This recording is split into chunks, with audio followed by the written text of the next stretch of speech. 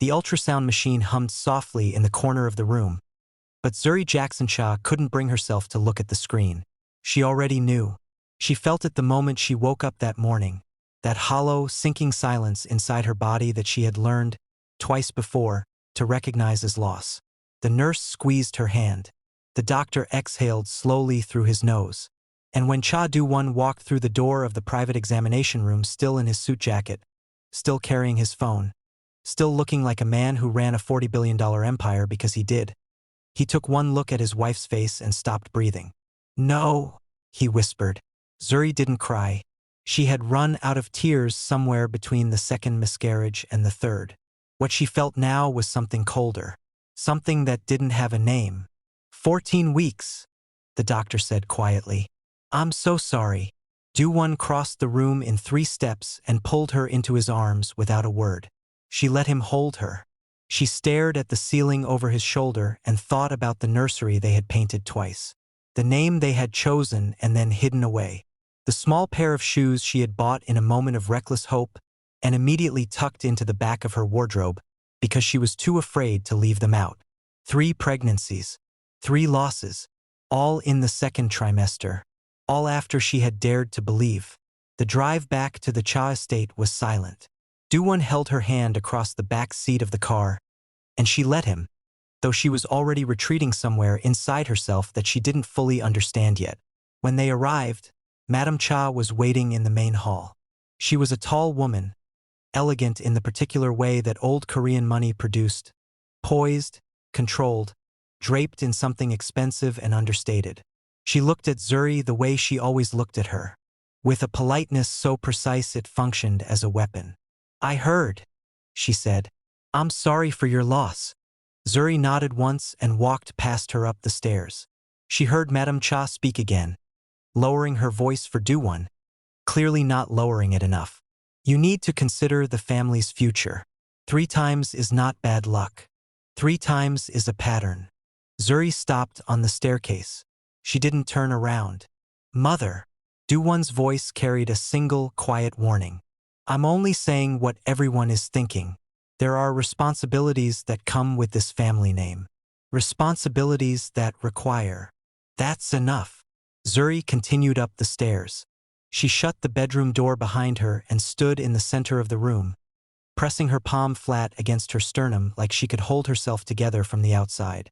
She had given up a great deal to be in this house. A business she had built herself from Nairobi to London. A life that belonged entirely to her. A version of herself who needed no one's approval and answered to no board, no matriarch, no whispered commentary about whether her bloodline was suitable for the great Cha family name.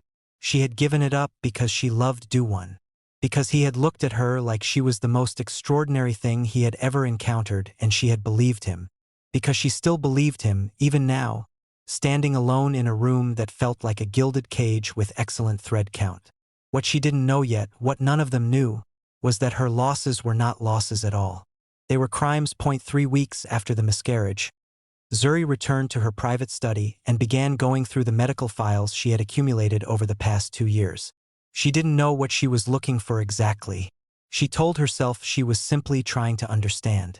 Trying to find something the doctors might have missed. Some pattern, some explanation, some reason that made sense. What she found instead made her hands go still. The results from her first fertility consultation didn't match the results she had been told about in the follow-up appointment. The numbers were different. Not slightly different, substantially different. The kind of difference that should have changed her entire treatment protocol. She laid the documents side by side on her desk and stared at them.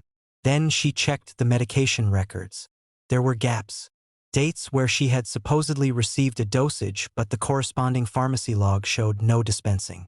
And in one record, a handwritten notation she almost missed because it had been filed between 2 unrelated pages. A medication name she didn't recognize. She photographed every page with her phone. Then she went looking for the corresponding clinical notes. They were missing, not misfiled, not in another folder. Gone as if they had never existed. She picked up her phone to call Dwan and then stopped. He trusted the doctors.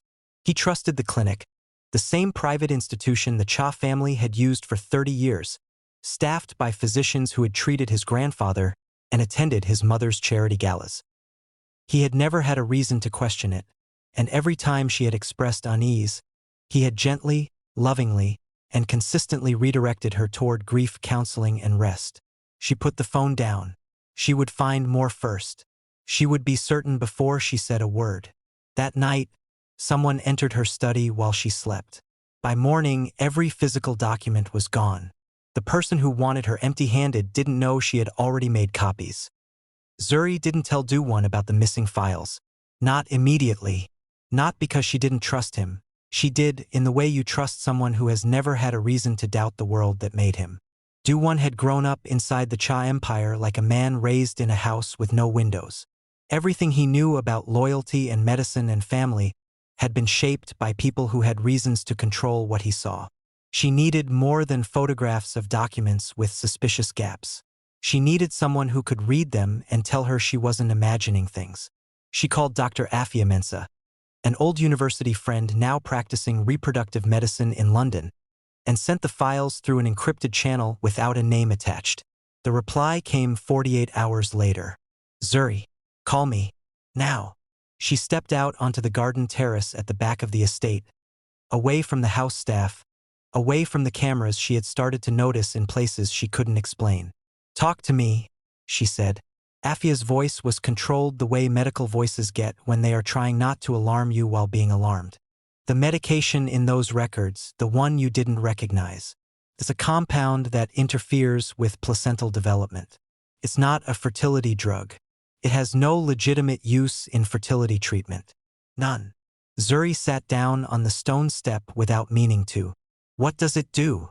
In the second trimester, if administered consistently, it causes the kind of complications that present identically to natural pregnancy loss.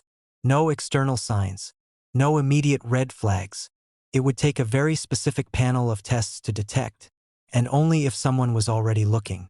The garden was extraordinarily quiet. Somewhere in the distance, one of the estate's ornamental fountains ran steadily. The sky was the clean, pale blue of a morning that had no idea what was happening beneath it. Someone gave me that drug, Zuri said. Not a question. A fact she was placing carefully on a surface and examining. Based on what I'm seeing, yes. Repeatedly. Zuri, this wasn't misfortune. Someone with access to your medical care did this deliberately. She hung up. She sat on that stone step for a long time. Long enough for the morning to shift toward midday. Long enough for the anger to move through her in slow, enormous waves that she had no outlet for because she was sitting in the middle of someone else's property with someone else's last name and the growing, nauseating suspicion that the people around her had been weaponizing her body against her for 2 years. When Dwan found her that afternoon, she was back at her desk, composed, precise. I need to show you something, she said. She laid out the photographs. She told him about Afia. She explained the medication name, the gaps in the records, the documents that vanished overnight from a locked room. Dwan listened without interrupting. She watched his face move through something she had never seen on it before. A sequence of expressions he didn't have a name for either, starting with concentration and ending somewhere in the vicinity of controlled devastation. When she finished, he was quiet for a long moment. You think someone at the clinic? I think someone at the clinic has been paid to make sure I never carry a pregnancy to term. Yes.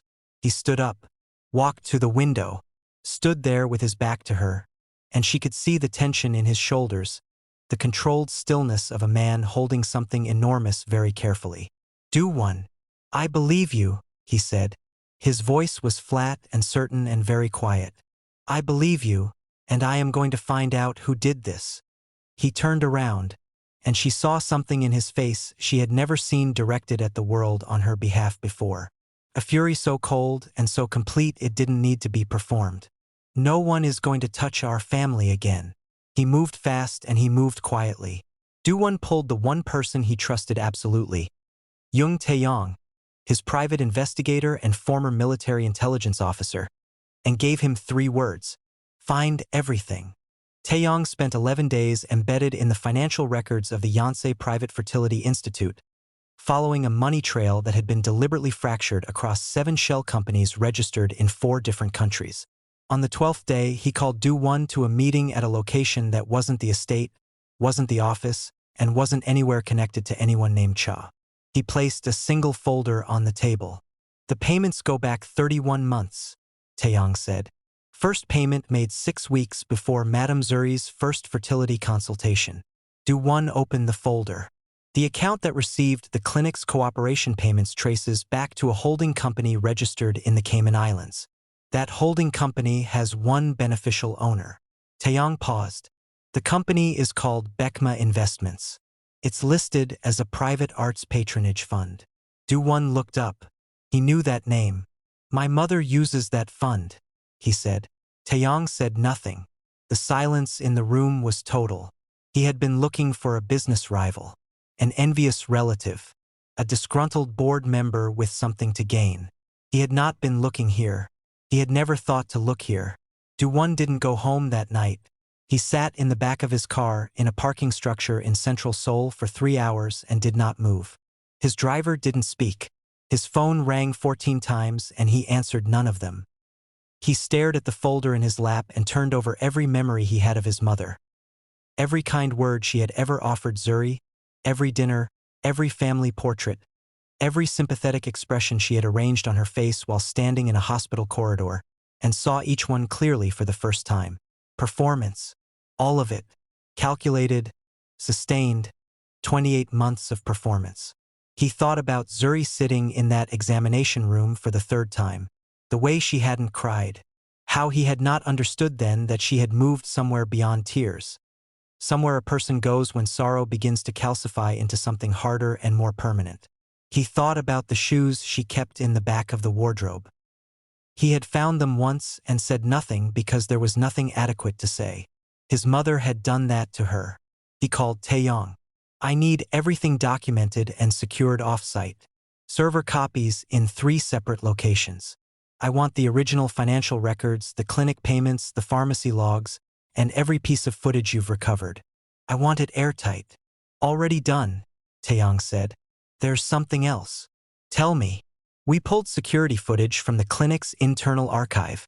There's a segment from 18 months ago, the period before Madame Zuri's 2nd pregnancy. A hospital employee enters the medication preparation room after hours. The camera angle isn't perfect, but the face is identifiable. It's Dr. Seo Hai-rin.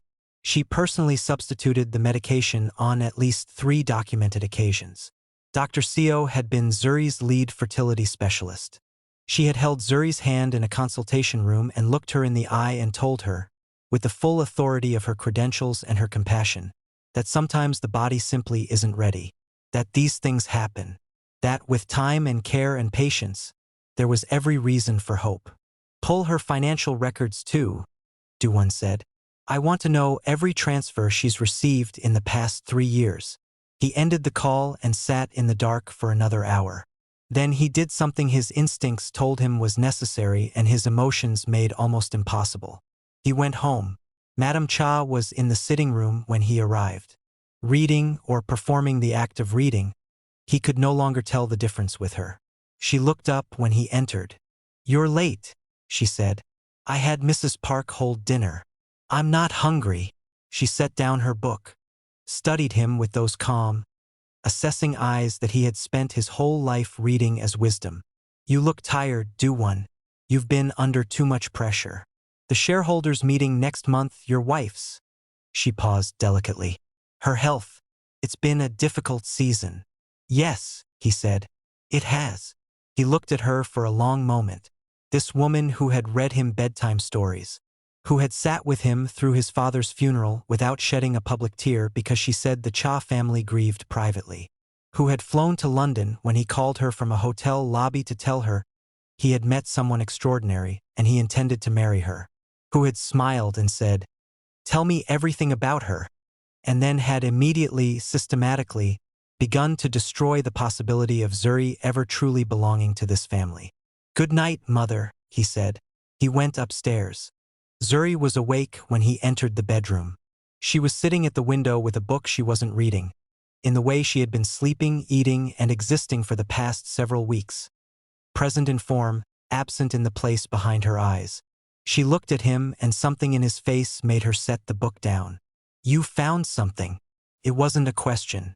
She had always been able to read him more accurately than he was comfortable with. He sat on the edge of the bed. He took her hand in both of his and looked at it for a moment. Her long fingers, the ring he had placed there 4 years ago in a ceremony that had felt like the beginning of everything. "I know who did it," he said. She went very still. He told her everything. The shell company, the payments, the timeline, Dr. Co on the clinic footage, the origin point of every transaction tracing back to a fund his mother controlled and had controlled since before Zuri had ever set foot inside a fertility clinic. He watched Zuri's face absorb it. She didn't cry.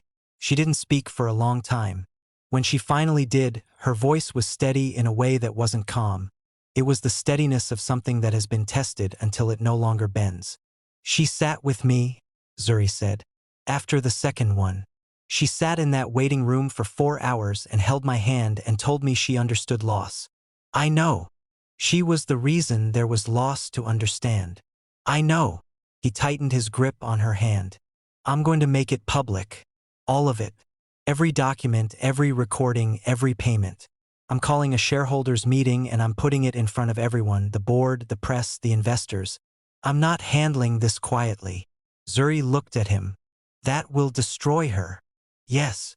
It will destroy a significant portion of what your family built.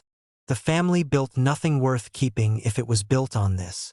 His voice didn't waver. "You are my family, Zuri. You and the children we were supposed to have. Whatever comes after this, we build it clean or we don't build it at all." She looked at him for a long time. Then she leaned her head against his shoulder, and he held her there in the quiet of the room, and for the first time in months, neither of them was alone in it. But in a city that ran on power and information, the moment Dwan began preparing for that shareholders meeting, someone was already watching. And Madame Cha did not survive 40 years at the top of Korean society by waiting to be exposed. The shareholders meeting was scheduled for a Thursday morning. By the previous evening, Madame Cha's attorneys had filed 3 separate injunctions attempting to block the agenda items Dwan had registered. All 3 were denied within hours. He had anticipated them, and the legal architecture he and his team had constructed over the previous 2 weeks was waterproof. Dwan had not spoken to his mother since the night he came home from the parking structure. She had called him 11 times. She had appeared at his office once, impeccably dressed, carrying the specific expression of a woman who had decided to be reasonable. His assistant had told her he was unavailable. She had left without a scene. That, more than anything, told him she knew exactly what was coming. The Cha Group's main conference hall held 260 seats. Every seat was filled. Board members, institutional investors, senior executives, representatives from 3 government regulatory bodies who had been quietly notified, and at the back of the room, journalists, 12 of them credentialed and seated because Dwan had invited them personally. Zuri sat in the front row. She had dressed simply, a deep blue suit, no jewelry except her wedding ring. She had done her own hair. She looked like exactly what she was. A woman who had been through something that would have broken most people and had chosen to walk into this room anyway. Dwan stood at the podium and did not begin with pleasantries. "What I'm about to present to this room constitutes documented evidence of a criminal conspiracy that has operated within the Cha Group's trusted medical partnerships for approximately 31 months. I am presenting it here in this format because some matters are too serious to be managed quietly, and because the person primarily responsible for these acts believed, for a very long time, that her position in this family made her untouchable." The room was silent in the particular way rooms get when 200 people stop breathing simultaneously. He presented the financial records first. The shell companies, the transfer history, the beneficial ownership documentation pointing to Beckma Investments. He presented the clinic's internal communications, obtained through the investigation and subsequently verified by 3 independent forensic accountants. He presented Dr. Co's payment records, which showed a pattern of deposits corresponding precisely with each of Zuri's treatment cycles. Then he played the footage. 40 seconds of security camera recording from the clinic's medication preparation room. Dr. Co Hai Rin, recognizable and unhurried. exchanging the contents of a medication preparation tray at 11:17 on a Sunday evening when the clinic had no scheduled patients. The room did not recover from that footage. It simply continued in a different register, the low, sustained frequency of 200 people processing something they could not unfeel. My wife suffered 3 deliberate pregnancy losses, Dwan said. Each one presented as natural. Each one was engineered. The purpose was to prevent her from producing an heir and thereby claiming a stake in this company's succession. The people who authorized and executed this plan believed her life and her children's lives were acceptable costs for protecting their position. He paused. They were wrong. Madame Cha was not in the room. She had declined to attend, through her attorneys, citing health concerns submitted the previous afternoon. She was, however, at the estate when the authorities arrived at 2:17 that afternoon. Taeyong had coordinated with the prosecutor's office for 3 weeks. The documentation was already filed. The arrest warrant had been issued the morning of the shareholders' meeting, time to execute after the public disclosure. Dwan received a text at 2:22 from Taeyong. 2 words. It's done. He was still at the office. Zuri was beside him, reading the message over his shoulder. She didn't react visibly. She sat with it for a moment, and then she exhaled slowly, like setting down something she had been carrying for a very long time. Dr. Seo's medical license was suspended by the regulatory board before the end of the business day. Criminal proceedings were initiated against 4 members of the clinic's senior administration. The Yonsei Private Fertility Institute closed its doors within the week as a cascade of civil suits made operations impossible. The managing director resigned by the following morning. The story was on every major news platform by evening. 7 months later, Zuri Jackson-Cha sat in a private room in a hospital that was not the Yonsei clinic, a hospital chosen by her, staffed by a medical team she had selected personally, with a security arrangement that Dwan had overseen himself with a thoroughness that occasionally made the nursing staff nervous. She was 31 weeks pregnant. She had not celebrated when they found out. She had not bought anything, had not told anyone outside of Dwan and Afia, had not allowed herself to feel it fully for the first 12 weeks. Even now, there were moments when she woke in the night with her heart hammering, reaching for proof that it was still real. Dwan had started sleeping lighter. He woke when she woke. He didn't always speak. Sometimes he simply reached over and placed his hand over hers and stayed there until she found her way back to steadiness. The twins arrived on a rainy afternoon in early spring. A boy and a girl, both healthy, both loud, both with Zuri's mouth and Dwan's hands and the particular furious vitality of people who were not supposed to exist but had arrived anyway. Dwan held them together, one in each arm, his suit jacket abandoned somewhere in the corridor, his face undone in a way Zuri had never seen and would never forget. He didn't speak for several minutes. When he finally looked up at her, his eyes were wet. "Thank you," he said, came out barely above a whisper. She shook her head slowly. "We did that." He laughed, a short, rough sound, and pressed his forehead carefully against hers while still holding both children. 14 months after that, Zuri stood outside a building in Nairobi that had been renovated from an old administrative complex into something light-filled and purposeful. The sign above the entrance read, "The Kamau Jackson Foundation for Maternal Justice." Inside, legal resources, medical advocacy, and direct support for women who had experienced deliberate interference with their reproductive health care. 3 full-time attorneys, a clinical advisory board, a fellowship program for investigators specializing in medical fraud cases targeting women. It had taken her 18 months to build from concept to opening. Dwan arrived late, delayed by a board meeting he had tried and failed to exit on time, moving quickly up the steps with a twin on each hip and an expression of controlled apology. "I know," he said before she could say anything. "I know." 3 minutes. 7, she said. 5. "You don't get to negotiate the number of minutes you were late." He kissed her cheek. The twins, now 14 months old and deeply committed to making noise, contributed enthusiastically to the moment. Zuri looked at the entrance of the building, at the families beginning to gather for the opening, at the women moving through the front doors with the specific posture of people who had been told their pain didn't count and had come here to learn otherwise. She thought about that examination room. The third time, the ceiling, the hollow silence in her body that she had learned to recognize as loss but that had actually been, she now understood, an act of war. She had not simply survived it. She had turned it into architecture, into funding, into a legal team and a medical board and a foundation with a mandate that would outlast every person in this story. The plaque at the entrance read, "No woman should ever lose a child because of someone else's greed."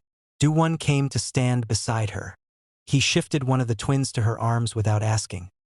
She took the baby automatically, the way they had both learned to move around each other and the children, instinctively, seamlessly, like people who have survived something together and come out of it permanently rearranged. "Ready?" he said. She looked at the door. "I've been ready," she said, and she walked inside. If this story moved you, if Zuri's strength, Dwan's courage, and this family's survival meant something to you, subscribe, leave a comment, and share it with someone who needs to see what it looks like when love refuses to be defeated. Your support makes these stories possible. We'll see you in the next one.